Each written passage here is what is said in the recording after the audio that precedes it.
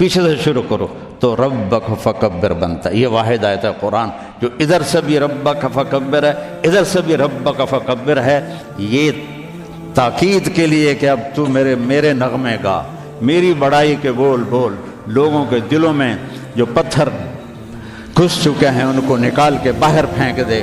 تو میرے نبی نے کہا خدیجہ میرا بستر لپیٹ دے، میرے آرام کے دن گئے، میرے رب نے مجھے کہا ہے کہ میں لوگوں کو پیغام سناؤں، میری کون سنے گا، میں کس کو سناؤں، من ادعو ومن یستجیب۔ تو حضرت خدیجہ رضی اللہ عنہ نے عرض کیا یا رسول اللہ انت اول من تدعو وانا اول من استجیب، آپ سب سے پہلے دعوت دیں، میں سب سے پہلے قبول کرتی ہوں۔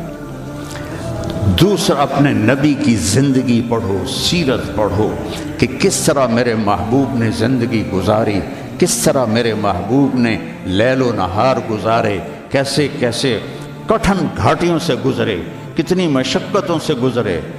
ہائے احد کی جنگ میں جب عتبہ بن ابی وقاص نے پتھر مارا جو یہاں لگا، ناک بھی زخمی ہو گیا، دانت بھی ٹوٹ گئے، تو آپ پیچھے گرے۔ تو ابو عامر خزرج کا اوس کا ایک فاسق تھا، جو جیسے خزرج میں عبداللہ بن ابی تھا سردار بننے والا، تو اوس میں ابو عامر تھا سردار بننے والا، تو وہ بھی منافق ہو گیا۔ تو اس نے کھڈے کھودے ہوئے تھے مسلمانوں کے آنے سے پہلے، تو اس کھڈے میں آپ گرے، اور یہ جگہ کھڈے کے کنارے کے ساتھ لگی، تو آپ غش کھا گئے، بے ہوش ہو گئے۔ تو صحابہ سمجھے آپ کا انتقال ہو گیا۔ اس وقت آپ کے گرد ابو بکر تھے، عمر تھے، طلحہ تھے، زبیر تھے، علی تھے، اور عبادہ بن صامت تھے، ابو دجانہ تھے، یہ سعد بن الربیع تھے، نعمان بن حارثہ تھے، یہ آپ کے گرد کھڑے ہوئے تھے۔ تو تھوڑی دیر کے بعد آپ کو ہوش آیا، تو انہوں نے کہا یا رسول اللہ اب تو ان کے لیے بد دعا کریں۔ تو آپ نے کہا اللہم اہد قومی فإنہم لا یعلمون، یا اللہ میری قوم کو معاف کر دے، انہیں میرا پتہ نہیں ہے۔ اور صحابہ نے اپنے نبی کی محبت کے سبق ہمیں پڑھا دیے، چاروں طرف سے گھیرے میں آ گئے، اور حضرت طلحہ نے اپنا ہاتھ سیدھا کر دیا، ہر تیر اپنے ہاتھ پہ لے رہے تھے، ہر تیر اپنے ہاتھ پہ لے رہے تھے، یہاں تک کہ ہمیشہ کے لیے ان کا ہاتھ یہ شل ہو گیا اور معذور ہو گئے۔ اور قتادہ بن نعمان اپنا چہرہ آگے کر رہے تھے، اپنا چہرہ آگے کر رہے تھے، تو ایک تیر آ کے آنکھ میں لگا اور آنکھ نکل گئی۔ تو انہوں نے ایسے منہ موڑ اللہ کے نبی کی طرف اور رونے لگے، یا رسول اللہ میری آنکھ چلی گئی۔ آپ نے فرمایا آنکھ چاہیے یا جنت چاہیے؟ وہ کہنے لگے جی مجھے دونوں چاہیے، آنکھ بھی چاہیے، جنت بھی چاہیے، میری نئی نئی شادی ہوئی ہے، میری بیگم کو برا لگے۔ تو آپ نے اس کی وہ قیمہ جو بنا ہوا تھا وہ لیا اور یہاں رکھ کے اوپر ہاتھ پھیرا، اللہم اجعلھا احسن عینیہ، یا اللہ اس کی یہ آنکھ دوسری سے خوبصورت کر دے۔ تو وہ جب آنکھیں کھولی تو وہ اس سے زیادہ خوبصورت بن چکی تھی۔ تو انہوں نے میرے نبی کی زندگی کو اپنا کے دکھایا۔ موسیٰ علیہ السلام کی قوم پہنچی سمندر کے کنارے، آگے دیکھا سمندر، پیچھے دیکھا فرعون، تو کہنے لگے قال اصحاب موسیٰ انا، پھر لام، پھر مفعول کا صیغہ، انا لمدرکون۔ اس کو میں اپنی زبان میں کہوں، موسیٰ مروا کے ہی چھوڑا نا ہمیں، موسیٰ آپ کا کیا بنے گا یہ کوئی فکر نہیں، ہارون آپ کا کیا بنے گا، اپنے نبی کا کوئی فکر نہیں، موسیٰ مروا کے ہی چھوڑا نا۔ تو ان کا کلا، تم ہو تو اسی قابل کہ تمہیں جوتے پڑیں، لیکن ان معی ربی سیہدین، اللہ مجھے میرے ساتھ ہے، راستہ دے گا ہے۔ اور ہجرت کی رات میرے نبی نکلے تو ابو بکر کبھی آگے چلتے کبھی پیچھے چلتے، کبھی آگے چلتے کبھی پیچھے چلتے۔ آپ اپنے پنجوں کے بل چل رہے تھے کہ پاؤں کے نشان نہ پڑ جائیں اور کھوجی نہ دیکھ لے۔ تو پھر آپ نے فرمایا ما لکا یا ابا بکر، ابو بکر کیا ہوا ہے، کبھی آگے آ جاتے ہو کبھی پیچھے ہو جاتے ہو؟ کہا یا رسول اللہ جب مجھے خیال آتا ہے آگے کوئی چھپا ہوا دشمن وار نہ کر دے تو میں آگے ہو جاتا ہوں کہ میرے اوپر آئے، آپ پہ نہ آئے، اور جب مجھے خیال آتا ہے پیچھے سے کوئی آ کے حملہ نہ کر دے تو میں بھاگ کے پیچھے ہو جاتا ہوں کہ آپ کے اوپر وار نہ آئے، میرے اوپر آئے۔ اور پھر جب غار ثور پر پہنچے، جبل ثور، تو آپ چڑھ نہیں سکتے تھے، ساری انگلیوں سے خون نکل رہا تھا، جو کہ اب ایسے چلے تھے ایسے۔ ابوبکر نے کندھے پہ بٹھایا اور پورا پہاڑ طے کیا، اوپر لے گئے، آپ کو باہر بٹھایا، سارے سوراخ بند کیے، اور اس کے بعد سوراخ زیادہ تھے تو پگڑی کو اتارا، اس کو پھاڑ کے سوراخ بند کیے، پھر اس کے بعد سوراخ زیادہ تھے، کرتے کو اتارا اور پھاڑ پھاڑ کے سوراخ بند کیے۔ ایک جس میں سانپ تھا وہاں اپنی ایڑی کو رکھ دیا، کہا مرحباً یا رسول اللہ۔ آپ اندر آئے تو اندھیرا تھا، آپ کو پتہ نہیں چلا، جب تھوڑی سی روشنی ہوئی تو آپ نے دیکھا نہ کرتا نہ پگڑی۔ ابوبکر مالک، یہ کیا ہوا ہے؟ تیرا عمامہ کدھر ہے؟ تیرا کرتا کدھر ہے؟ تو کہا یا رسول اللہ یہ سوراخ تھے، مجھے ڈر ہوا کہ ان میں کوئی چیز آپ کو تکلیف نہ پہنچائے، تو میں نے اپنے کپڑے پھاڑ کے سوراخ بند کیے ہیں۔ تو ایک دم میرے نبی رونے لگے اور ہاتھ اٹھا کر کہا یا اللہ میں ابوبکر سے راضی ہوں، تو بھی اس سے راضی ہو جا اور اسے جنت میں میرا ساتھی بنا دے۔ تو ایک دم جبریل آئے، یا رسول اللہ، اللہ تعالیٰ فرما رہے ہیں ہم ابوبکر سے راضی ہو اور جنت میں آپ کا ساتھی بنا دیا۔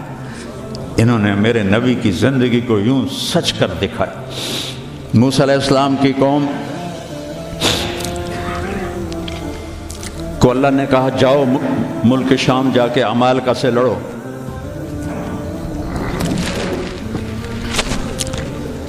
ان کا اذهب انت وربک فقاتلا، تو جا تیرا رب جائے، ہم نہیں لڑتے۔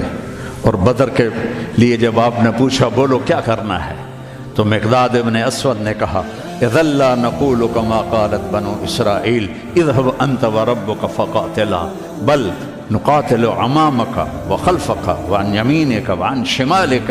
یا رسول اللہ ہم بنو اسرائیل نہیں ہیں کہ کہیں جاؤ اور تو تیرا رب لڑے، ہم آپ کے آگے لڑیں گے، پیچھے لڑیں گے، دائیں لڑیں گے، بائیں لڑیں گے، ہماری لاشوں سے گزر کر وہ جائیں گے۔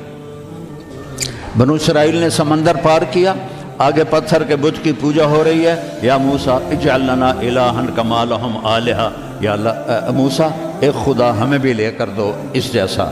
یہ بنو اسرائیل ہیں، اور میرے نبی کا انتقال ہوتا ہے پیر کے دن، اور ابوبکر صدیق اوالی گئے ہوئے ہیں اپنی دوسری بیگم کے پاس، ان کو خبر ملتی ہے تو وہ بھاگے ہوئے آتے ہیں اور آپ کے چادر ہٹا کر آپ کا ماتھا چومتے ہیں اور گرم گرم آنسو ماتھے پہ گرتے ہیں، وا خلیلہ وا صفیہ وا نبیہ۔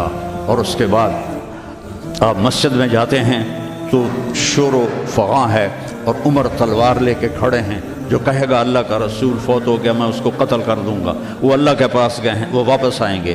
تو ابوبکر ممبر پر آئے، کہا عمر اقعد اقعد، کھڑے ہوئے آدمی کو کہنا ہو بیٹھ جاؤ تو اقعد، اور لیٹے ہوئے آدمی کو کہنا ہو بیٹھ جاؤ تو اجلس۔ یہ حسن عربی ہے کہ ہر حیت کے لیے الگ لفظ ہے، کھڑے کے لیے اقعد، لیٹے ہوئے کے لیے اجلس۔ عمر اقعد، کہا نہیں بیٹھوں گا۔ تو پتہ چل گیا کہ جوش میں ہے، ممبر پر آئے، ایھا الناس من کان یعبد محمدا فإن محمدا قد مات، جو محمد کی پوجا کرتے تھے وہ سن لو کہ انہیں اللہ نے بلا لیا، ان کا انتقال ہو گیا۔ ومن کان یعبد اللہ فإن اللہ حی لا یموت، اور جو ایک اللہ کی پوجا کرنے والے ہیں ان کا رب زندہ ہے، موت سے پاک ہے۔ میرے نبی نے ایسے لوگ تیار کیے جنہوں نے میرے نبی کی زندگی کو سچ کر دکھایا اور جانوں کے نذرانے پیش کر کے آپ کی زندگی کو دنیا میں زندہ کیا۔ اس لیے واحد جماعت ہے صحابہ کی جن کی زندگی میں ان کو جنت کے وعدے کر دیے گئے، کلن وعد اللہ الحسنی۔ اس میں سابقین بھی اور لاحقین بھی، سب کے لیے جنت کا اللہ تعالیٰ نے وعدہ فرما دیا ہے۔ ایک امت تیار کی، ایک امت تیار کی۔ سارے قرآن نہیں پڑھے ہوئے تھے، حضرت خالد بن ولید نے فجر کی نماز پڑھائی، تھوڑی سی آیات ایک جگہ سے پڑھی، تھوڑی سی ایک جگہ سے، تھوڑی سی ایک جگہ سے، اس طرح کر کے انہوں نے نماز مکمل کی۔ اور نماز کے بعد کہنے لگے لقد شغلنی الجہاد عن القرآن، بھائی معاف کرنا، جہاد کی وجہ سے میں تو قرآن بھی نہیں پڑھ سکا۔ لیکن بنے کیا، وہ بنے کیا؟ موتا کی جنگ ہے اور میرے نبی کے سامنے منظر کھل چکا ہے۔ آپ نے فرمایا تھا جب چلے تھے کہ پہلا امیر زید بن حارثہ ہوگا، یہ شہید ہو تو پھر جعفر بن ابی طالب ہوگا، یہ شہید ہوں تو پھر عبداللہ بن رواحہ ہوں گے، یہ شہید ہوں تو پھر جسے مرضی بنا لینا۔ ایک یہودی سن رہا تھا، کہنے لگا اے ترائے گئے، یہ گئے، یہ نہیں زندہ آتے۔ تو اور وہاں 1,00,000 رومی اور 3,000 صحابہ۔ تو حضرت زید بن ثابت شہید ہوئے، اللہ کے نبی نے کہا تقدم زید فقاتل وقتل ودخل الجنہ ثم اخذ الراية جعفر فقاتل وقتل ودخل الجنہ۔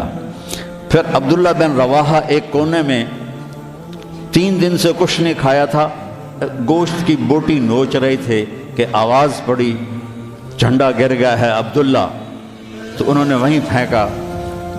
پہلے 2 درویش تھے، فقیر تھے، یہ بڑے مالدار تھے، پہلے 2 مہاجر تھے، یہ انصاری تھے، 4 بیویاں تھیں، باغات تھے، غلام تھے۔ فتردد بعد التردد، تو تھوڑی دیر کے لیے بیوی بچے غلام باغات کا خیال آیا، تو کہنے لگے عبداللہ بیویوں کا خیال ہے سب کو 3 طلاق، باغات کا خیال ہے سارے صدقہ، غلاموں کا خیال ہے سارے آزاد۔ اقسمت یا نفس لتنزلن کارہۃ او لتطاوعن ان اجلب الناس وشد الرن ما لی اراکی تکرہین الجنہ قد طالما قد کنت مطمئنہ هل انت الا نطفۃ فی شنہ۔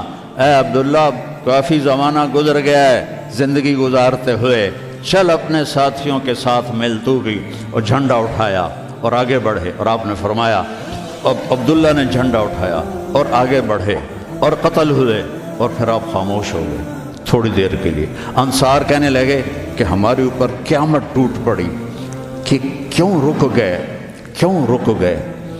دونوں کی دفعہ تو فوراً فرمایا، اب کیوں رک گئے؟ پھر آپ نے کہا وَدَخَلَ الْجَنَّةَ۔ تو انصار نے عرض کی یا رسول اللہ آپ رک کیوں گئے تھے؟ کہا وہ تھوڑا سا اس کے دل میں کھٹک آئی تھی، اس لیے جنت میں جانے میں تھوڑی دیر ہو گئی۔ اب جھنڈا گر گیا، ثابت ابن اکرم نے جھنڈا اٹھایا، کون لے گا یہ جھنڈا؟ انہوں نے کہا تو لے، تو بدری صحابی ہے، تو لے۔ کہا نہیں میرے بس کا نہیں ہے۔ کسی نے آواز دی خالد کو دو۔ خالد کی پہلی جنگ تھی، صلح حدیبیہ کے بعد ایمان لائے، اور ان کی پہلی جنگ تھی۔ وہ فرمانے لگے بھائی میں تو ابھی مسلمان ہوا ہوں، کسی اور کو جھنڈا دو۔ کہا نہیں، سب نے کہا بس خالد۔ انہوں نے ایک ہاتھ میں جھنڈا لیا، جب یوں تلوار کو جب اٹھایا نا تو میرے نبی نے فرمایا ثم صلی اللہ سیفا من سیوفہ، اب اللہ نے اپنے تلواروں میں سے ایک تلوار کو نیام سے باہر نکالا ہے، اور انہوں نے ساری رومیوں کی فتح کو شکست میں تبدیل کر دیا۔ 9 تلواریں ان کے ہاتھ سے ٹوٹیں لڑتے لڑتے، اور اتنا رعب چھا گیا کہ پورے روم میں دہشت پھیل گئی خالد ابن ولید کی۔ یہ لوگ میرے نبی نے تیار کیے تھے، ایک امت بنائی تھی، یہ میرے نبی کا عظیم ترین کارنامہ ہے، اور اولین اور آخرین کا سب ایک جذبہ تھا۔ حضرت عمر کی مجلس میں ابو سفیان، اکرمہ بن ابی جہل، حارث بن ہشام، سہیل ابن عمر بیٹھے ہوئے ہیں، تو حضرت بلال آ گئے، کہنے لگے آپ لوگ تھوڑا پیچھے ہو جاؤ۔ پھر حضرت عمار آئے، آپ نے کہا آپ لوگ تھوڑا پیچھے ہو جائیں۔ پھر حضرت صہیب آئے، آپ نے کہا تم لوگ تھوڑا پیچھے ہو جاؤ۔ پھر حضرت مقداد آئے، آپ نے کہا تم لوگ تھوڑا پیچھے ہوتے ہوتے جوتیوں پہ جا بیٹھے، مہاجرین اولین کو آگے بٹھایا۔ تو یہ غصے سے باہر نکل آئے، اور ابو سفیان کہنے لگے دیکھتے ہو عمر نے ہمارے ساتھ کیا کیا ہے؟ تو سہیل ابن عمر کہنے لگے صحیح کیا ہے، وہ ہم سے پہلے ایمان لائے تو وہ آگے نکل گئے، ہم بعد میں ایمان لائے تو ہمیں تو پیچھے ہی رہنا ہے۔ تو کہنے لگے اگر آخرت میں پیچھے رہ گئے تو پھر کیا ہوگا؟ یہ فتح مکہ کے مسلمان ہیں، فتح مکہ پھر کیا ہوگا؟ تو سارے گھبرا کے حضرت عمر کے پاس آئے کہ ہم نے دیکھ لیا ہے جو تو نے کیا ہے ٹھیک کیا ہے، چلو ہم پیچھے رہ گئے ہیں، لیکن کوئی طریقہ بتاؤ کہ آگے نہیں بڑھ سکتے تو جنت میں ساتھ تو ہو جائے۔ تو انہوں نے فرمایا انہوں نے جہاد میں جان دی تھی، تم بھی جانیں لگا دو تو تم بھی ان کے ساتھ ہو جاؤ گے۔ تو 400 قریشی سردار مکہ سے نکلے، 400، اور حارث ابن ہشام ابو جہل کے چھوٹے بھائی ہیں، اتنے ہر دل عزیز تھے جب یہ نکلے تو سارا مکہ چھوڑنے باہر آیا اور سب رو رہے تھے، بچے بچیاں مرد عورت۔ تو حارث بن ہشام کھڑے ہو گئے، کہنے کہ یا اہل مکہ، اے اہل مکہ، اللہ کی ذات کی قسم، مکے سے محبوب کوئی شہر نہیں، تم سے محبوب کوئی لوگ نہیں، لیکن ایک داعی نے آواز لگائی، اس پر ہمارے غلاموں نے لبیک کہا۔ آج وہ اتنا آگے جا چکے ہیں کہ اگر ہم یہ سارے مکے کے پہاڑ سونا بنا کے خرچ کر دیں تو ان کے ایک مٹھی جو کا اجر بھی نہیں پا سکتے۔ تم اپنی جانوں کا نذرانہ پیش کریں گے کہ آگے نہیں تو برابر تو ہو جائیں۔ تو یہ سارے سرداران تشریف لائے،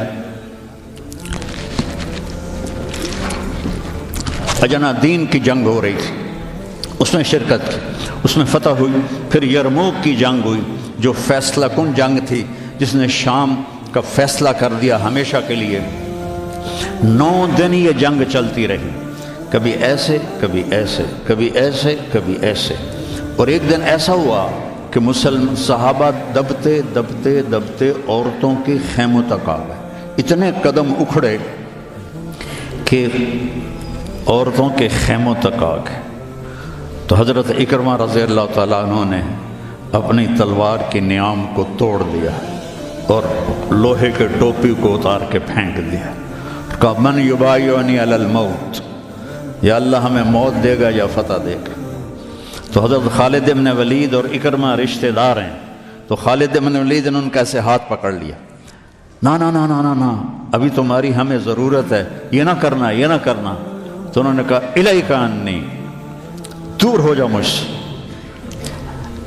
انی و ابی کان من اشد الناس عداوۃ لرسول اللہ و افر منکم اليوم، میں اور میرا باپ ساری زندگی دشمن اسلام رہے، آج ہی تو داغ دھونے کا وقت آیا اور میں بھاگ جاؤں۔ ان لک سابقۃ، تو مجھ سے پہلے ایمان لا چکا ہے اور آگے بڑھ چکا ہے، پیچھے ہٹ جا، میرے راستے میں حائل نہ ہو۔ تو سب سے پہلے ان کے بیٹے عامر بن اکرمہ نے بیعت کی، پھر حارث بن ہشام، سہیل بن عمر، زرار بن اوزر، ابو سفیان بن حرب، ان سارے سرداروں نے بیعت کی، اور سب نے اپنے خود لوہے کی ٹوپیاں پھینک دیں اور تلواروں کی نیامیں توڑ دیں اور شیر کی طرح حملہ آور ہوئے اور سارے روم کو پلٹا کے پیچھے پھینک دیا۔ اور جب روم کے قدم اکھڑ گئے تو خالد بن ولید فوراً بھاگے بھاگے واپس آئے کہ میں پتہ کروں کہ اکرمہ کس حال میں ہے اور عمر کس حال میں، رشتہ ایک مخزومی ہے نا دونوں۔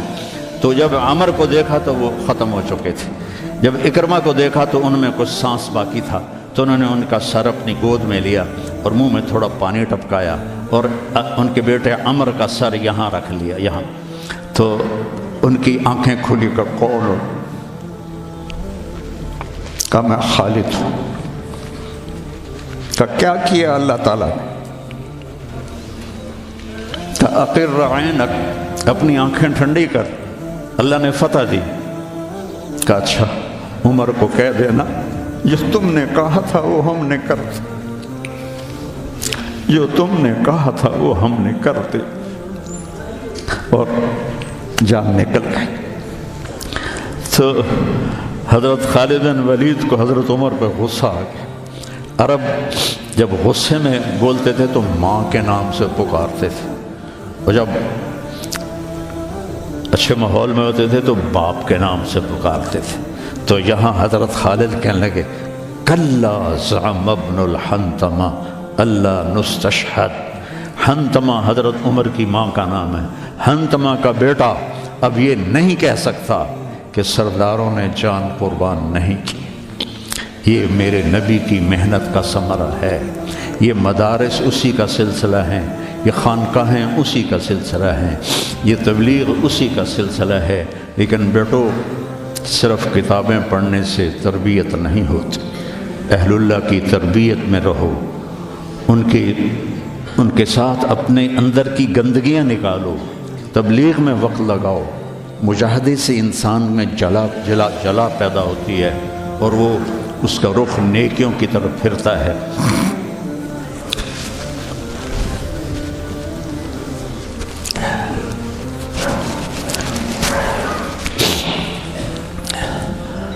تو تو نیت کرتے ہو سارے؟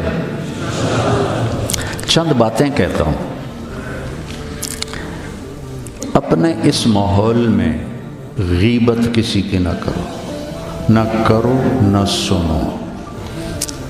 غیبت اشد من الزنا، غیبت زنا سے زیادہ سخت کام ہے. غیبت نہ کرو کسی کی. کئی لڑکے بہت ہی نیچے چلے جاتے ہیں، اپنے استادوں کی غیبت کرتے ہیں. یہ محروم ہو جائیں گے، یہ کبھی بھی علم حاصل نہیں کر پائیں گے. تو مجھے ایک واقعہ یاد آ گیا. قاضی احسان احمد شجاع آبادی رحمۃ اللہ علیہ ختم نبوت کے امیر تھے. تو میرے والد صاحب سے بڑا ان کا گہرا تعلق تھا. تو ہمارے گھر آتے تھے، میں چھوٹا تھا. تو انہوں نے اپنا واقعہ سنایا کہ میں تو ناقص کا صیغہ ہوں قاضی، تو ویسے بھی میں ناقص تھا، مجھے اتنا پڑھنا لکھنا آتا نہیں تھا. اور ایک طالب علم تھا جو بہت قابل تھا، اور وہ استاد پہ ایسا اشکال کرتا کہ استاد کو جواب نہیں آتا تھا، تو پھر وہ ہنس پڑتا تھا. تو ایک دن استاد نے دکھی ہو کر کہا جا تو بھینسیں ہی چرائے گا. اور ایک دفعہ میرے استاد اٹھے تو ان کا جوتا دور پڑا تھا. تو میں بھاگ کے گیا، جوتا اٹھا کے لایا اور ان کے سامنے رکھا. کہنے لگے بادشاہ تیرے جوتے سیدھے کریں گے انشاءاللہ. تو قاضی صاحب فرمانے لگے کہ اس لڑکے کو میں نے خود بھینسیں چراتے دیکھا، میں نے اسے خود بھینسیں چراتے دیکھا. اور تحریک ختم نبوت میں جب قاضی صاحب کو، چونکہ یہ تحریک کے سر امیر تھے، جب ان کو بلایا گیا تو جنرل اعظم تھا گورنر پنجاب کا. تو جو بھی بات چیت ہوئی وہ تو انہوں نے نہیں بتائی تھی. جب اٹھے تو ان کے جوتے قالین سے پرے پڑے تھے. تو جنرل اعظم بھاگ کے گیا اور آپ کے جوتے اٹھا کے لا کے آپ کے سامنے رکھے. تو قاضی صاحب رونے لگے. تو انہوں نے کہا حضرت جی اس میں رونے کی کیا بات؟ کہا نہیں، ایک بات یاد آئی ہے اپنے استاد کی، آج اس کو زندہ ہوتا دیکھ رہا ہوں تو اس پہ رونا آیا ہے. اپنے استادوں کی غیبت نہ کرو، ان کی برائی نہ دیکھو. وہ آنکھیں بند کر دو جو کسی کی برائی دیکھتی. اپنے عیب دیکھو، دوسروں کی خوبیاں دیکھو. ایک آپ میں غیبت نہ ہو. کوئی آپس میں لڑا ہوا نہ ہو کہ میں نے اس سے بات نہیں کرنی. اب بچے ہیں، جوان ہیں، ہو سکتا ہے کوئی بچہ کسی بچے سے لڑا ہوا ہو اور اس کی بول چال بند ہو، تو ایسے دل کے اوپر تالے نہ لگاؤ. اپنے دل کو کھلا کرو اور معاف کر دو اور اس کے سینے سے لگ جاؤ. تب جا کر تمہارے اندر علم کا کچھ نور آئے گا. جس دل میں بغض ہوتا ہے اس میں علم نہیں آتا ہے. اور پہلی تکبیر اولیٰ کی کوشش کرو. تکبیر اولیٰ کے ساتھ نماز پڑھنے کی کوشش کرو. تکبیر اولیٰ کے ساتھ نماز پڑھنے کی کوشش کرو. آپ جوان ہیں، تہجد کی پابندی کرو. بڑی پرانی بات ہے. مولانا یوسف صاحب رحمہ اللہ کے تھے ایک تربیت یافتہ میاں جی نباتی. تو ان کی جماعت آئی ہوئی تھی تو میں ان سے ملنے گیا. مجھ سے کہنے لگے مولوی صاحب اگر اپنی بات میں اثر پیدا کرنا ہے تو رات کو اٹھنا سیکھ لے. اگر اپنی بات میں اثر پیدا کرنا ہے تو رات کا اٹھنا سیکھ لے. یہ آپ سے بھی کہتا ہوں کہ رات چاہے 2 نفل پڑھ لو، لیکن رات کو اٹھ کر قم اللیل الا قلیلا نصفہ او انقص منہ او زد علیہ ورتل القرآن ترتیلا. یہ رات کا اٹھنا ان ناشئۃ اللیل ہی اشد وطئا واقوم قیلا ان لک فی النہار سبحا طویلا واذکر اسم ربک وتبتل الیہ تبتیلا. رات کا اٹھنا یہ آپ کے اللہ سے ملا دے گا. آپ آپس میں نفرت نہ ہو، آپس میں نفرت نہ ہو، آپس میں کسی سے بول چال بد نہ ہو، کسی استاد کی بے اکرامی نہ ہو. پھر پھر چاہے تمہارے کچے پچے سبق بھی ہوں گے نا، جب اللہ کام لینے کا ارادہ کرتا ہے پھر کچا پکا نہیں دیکھتا، پھر اسے قبول کرتا ہے۔ مولانا تعالی شاہ بخاری رحمہ اللہ نے دورہ نہیں پڑھا تھا، صرف مشکات تک پڑھا تھا، تو وہ جب کبھی علماء میں بیان ہوتا اس جیسا تو کوئی خطیب ہندوستان میں تو کم از کم آج تک نہیں آیا۔ وہ کہتے علماء کرام مجھے تو مشکات ہضم نہیں ہو رہی اور میں گلی گلی پھر رہا ہوں، تم سارے دورے پڑھ کے آرام سے بیٹھے ہوئے ہو۔ یہ ان کا ایک جملہ مجھے سنایا ہمارے استاد مولانا ظفر صاحب رحمہ اللہ، فوت ہو گئے ٹھینگی میں، ان کا مدرسہ تھا جامعہ خالد بن ولید۔ تو بچوں آپس کی محبت سے رہو، اپنے سبق کے ساتھ انصاف کرو۔ مولانا منظور صاحب آپ کے بہت بڑے محسن اور ہمارے مکتب فکر کا بہت بڑا یہ سرمایہ ہے، تو ان کی دل سے محبت کرو۔ یہ چیزیں محبت سے منتقل ہوتی، محبت سے چیزیں منتقل۔ یہ ٹیلی فون نہیں، دو ایسے کرتے ہیں یا یوں ایسے لگاتے ہیں تو سارا ڈیٹا دوسرے فون میں چلا جاتا ہے کہ نہیں؟ سارا ڈیٹا چلا جاتا ہے۔ یہ وہ فون ہے، ان کے ساتھ جڑو گے تو ان کا ڈیٹا تمہارے اندر چلا جائے گا، کسی کی دعا لگ جائے گی۔ ایک دفعہ واقعہ سنا کہ میں بس کرتا ہوں۔ میں مدرسے کا امیر تھا رائیونڈ میں، تو مجھے سارے دن کی کارگزاری سنانی ہوتی تھی مولانا احسان صاحب کو، جو آج کل بہت علیل ہیں۔ تو میں برآمدے میں کھڑا تھا، سردیوں کے دن تھے، تو مولانا عبد الرحمن صاحب رحمۃ اللہ علیہ میرے استاد تھے، سب سے شفیق، وہ برآمدے میں ان کا بستر ہوتا تھا، مولانا احمد بٹلہ وہ، تو انہوں نے کروٹ بدلی اور کیا ہائے زور سے، تو احمد بٹلہ صاحب فرمانے لگے مولوی صاحب خیریت ہے، کیا ہوا؟ کہنے کہ سر میں بڑا درد ہے۔ تو اس وقت رائیونڈ میں تھرموس رکھنا جرم تھا، تو 2-3 لڑکے تھے جنہوں نے چھپا کے رکھا ہوا تھا، تو مجھے پتا تھا، تو میں اسی وقت اڑ کے گیا اور اس سے میں نے کہا تھرموس دو، انہوں نے کہا وہ وہاں چھپا کے رکھا ہے۔ میں نے وہ لیا اور بغل میں دبا کے اوپر چادر لے لی، سردیوں کا زمانہ تھا۔ مولانا تشریف لائے، ان کے ساتھ میں ان کے گھر تک گیا، ان کو کارگزاری سنائی، وہ اندر گئے، میں نے وہیں سے دیوار سے چھلانگ لگائی۔ یہ 72-73 کی بات ہے، جب کوئی بازار نہیں تھا رائیونڈ میں، 2-3 صرف چھوٹے چھوٹے ہوٹل تھے اور 10 بجنے والے تھے، اور اس وقت سناٹا ہوتا تھا۔ میں نے کہا یا اللہ، چائے بھی مل جائے اور سر درد کی گولی بھی مل جائے تو آج میرا کام بن جائے گا۔ تو میں نے سارا دیکھا تو سب ہوٹل بند، ایک ہوٹل بند تھا لیکن تھوڑا سا کیواڑ کھلا ہوا تھا اور اندر سے روشنی آ رہی تھی۔ وہ انور نام کا ایک ساتھی تھا مرحوم، اس کا ہوٹل تھا۔ میں اندر گیا، میں نے کہا بھائی انور چائے چاہیے؟ کہا بھائی میں تو تھک گیا ہوں سارا دن، تو خود بنا لے۔ تو وہ سٹوو ہوتا تھا ہوا والا، وہ میں نے چائے بنائی، تھرموس میں ڈالی۔ میں نے کہا کوئی سر درد کی گولی ہے تیرے پاس؟ اب چائے کے کھوکھے پر کھوکھا، سر درد کی گولی کا کیا کام ہے؟ کہنا کہ وہ پھٹے پر دیکھو شاید کوئی پڑی ہو۔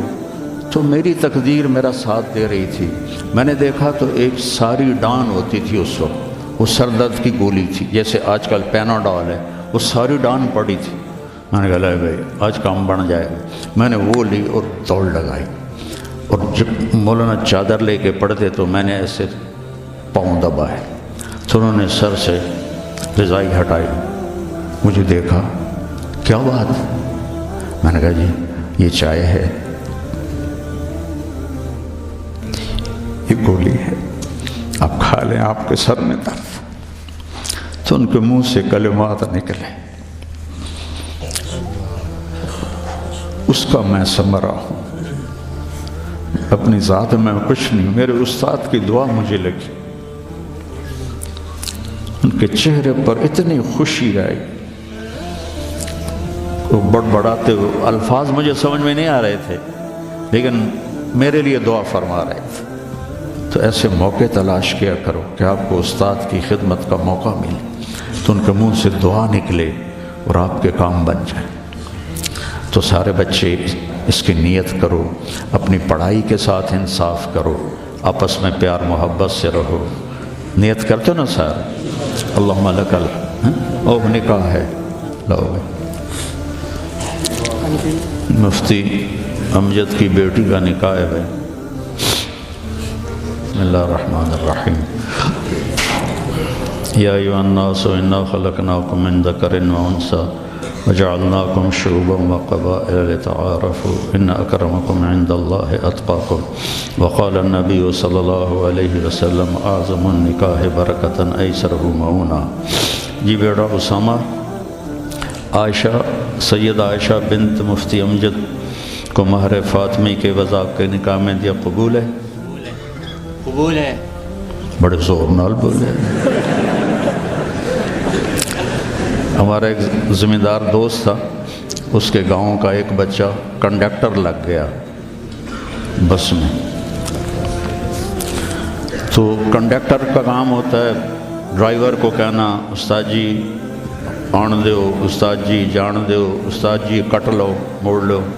اس کا نکاح ہو رہا تھا تو مولوی صاحب نے اس سے کہا ابھی ٹھہر جا بات تو کرنے دے. تو مولوی صاحب نے اس سے کہا فلاں فلاں کی بیٹی اتنے مہر کے ساتھ تیرے نکاح میں دی، تجھے قبول ہے؟ تو کہتا آن دیو. تو اس کے بھائی نے اس کو ایسے کونی ماری، کہتا جان دیو.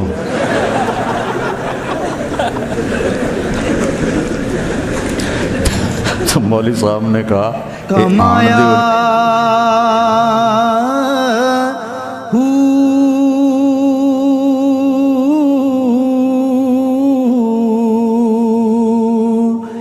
نام بھج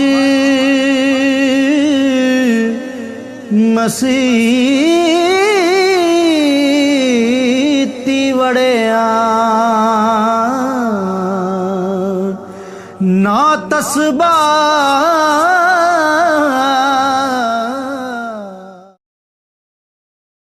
کونی ماری، کہتا جان دیو.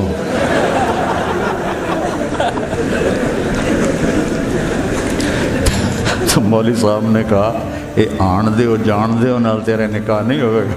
تو کہا میں نے قبول کیا. تو اللہ برکت دے. اللہم لک الحمد انت اہلہ. ہاں ہاں ہاں ہاں بھائی، اللہ تعالیٰ نے میرے اوپر یہ احسان کیا.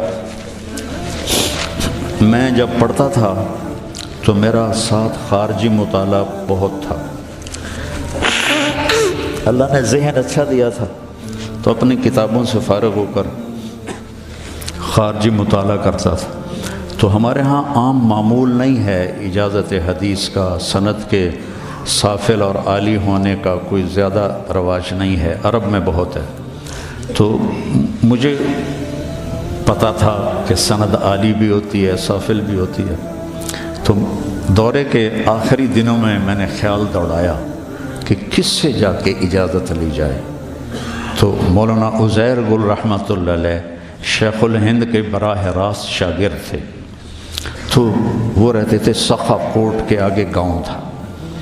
تو میں نے رائمنڈ میں، ہم جامعہ رشیدیہ میں دورہ کرتے تھے.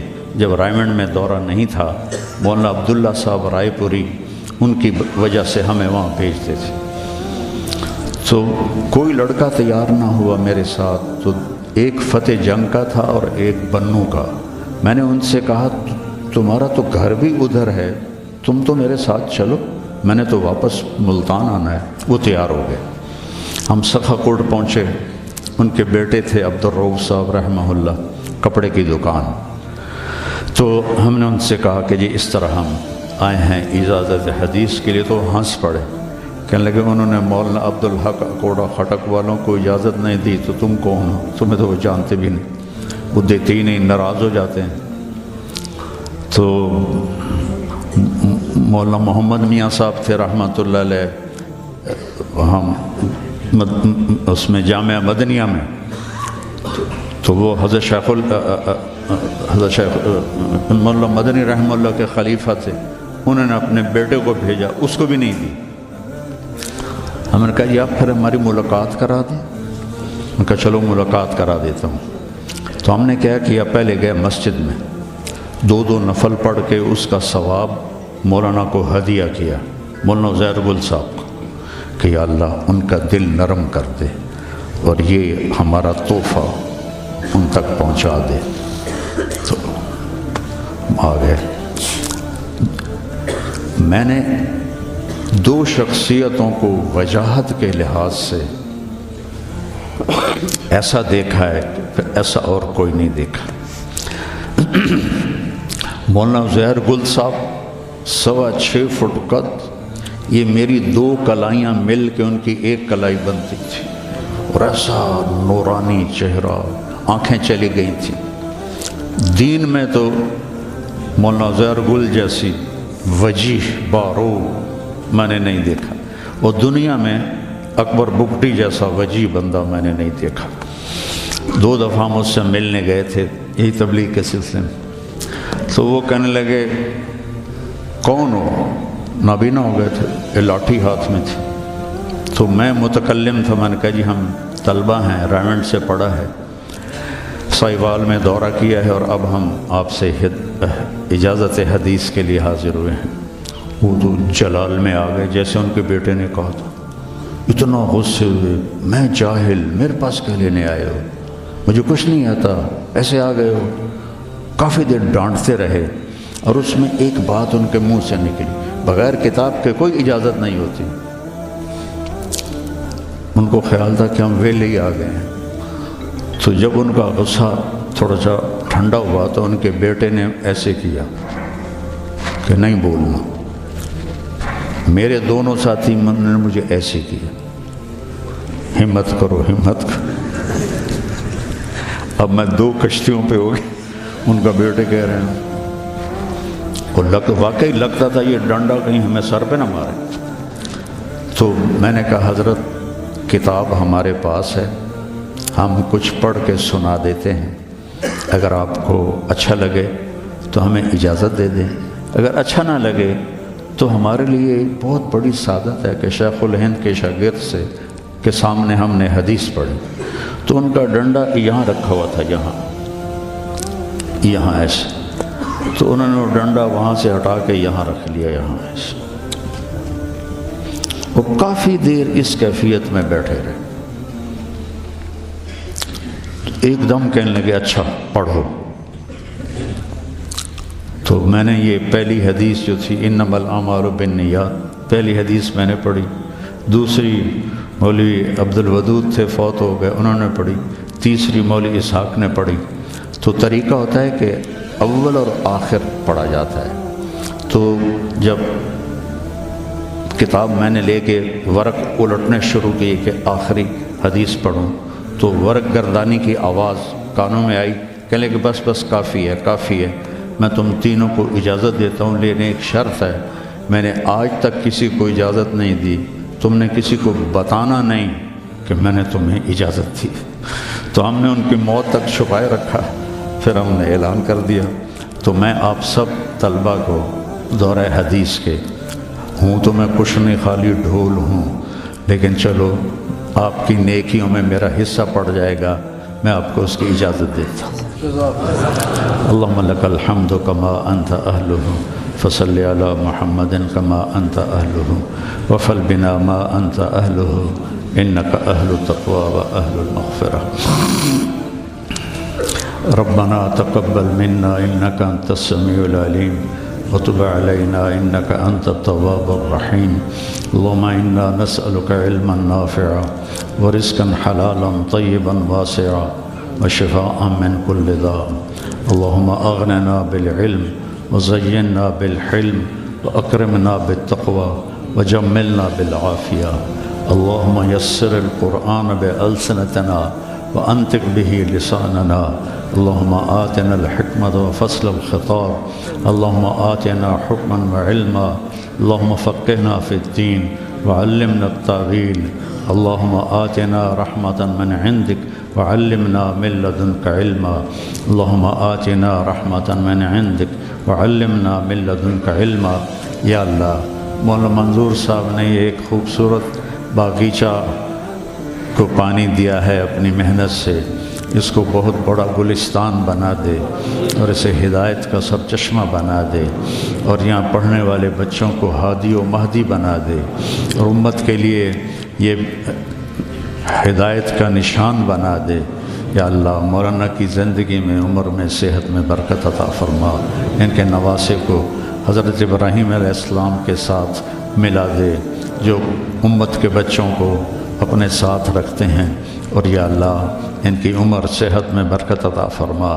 یا اللہ اس ادارے کو ہر قسم کی جو ضروریات ہیں اپنے غیب سے پوری فرما، اور ہر قسم کے شرور سے محفوظ فرما، حاسد کے حسد سے خاص طور پر حفاظت فرما، شریر کے شر سے بچا، فتین کے فتنے سے بچا، ساحر کے سحر سے بچا، عین لامہ سے بچا، عین لامہ سے بچا، عین لامہ سے بچا، ہر قسم کی بھلائیاں مقدر فرما۔